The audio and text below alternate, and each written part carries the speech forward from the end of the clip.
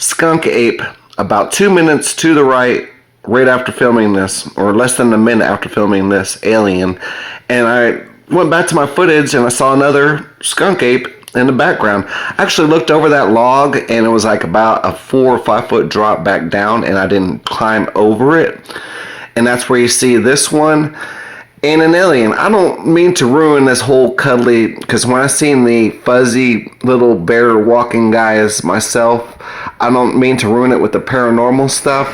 Yes, that's an ogre and an alien. There's actually 2 of them. I actually thought there was a black box underneath the log for years, like the government put it there, and I finally looked into underneath the log and there was an ogre. But there were Bigfoots all around, and I just kept on looking and looking, and I don't mean to ruin it with the paranormal connection. I really like to leave people an option out of the whole thing. I don't want you to make it think like the aliens have landed and there's Bigfoots all around. I'm just the person that brings you the footage, and there was a little guy right here. That guy's pretty cool, and you can see him quite clearly.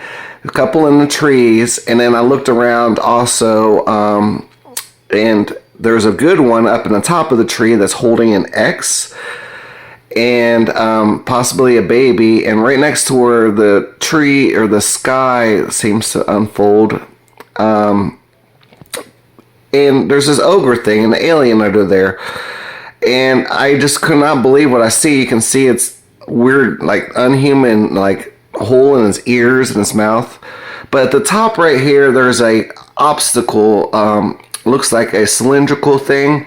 You could write it off as a tree, but there's also a black dot over there to the right, and the cloud seems to be kind of straight across where it's at, and there's also a cloud break that's kind of square off to the one up on this tree. Now notice a little reindeer thing it's holding. That's like a toy, an X, and looks like a little orb on top of the little triangle that it has.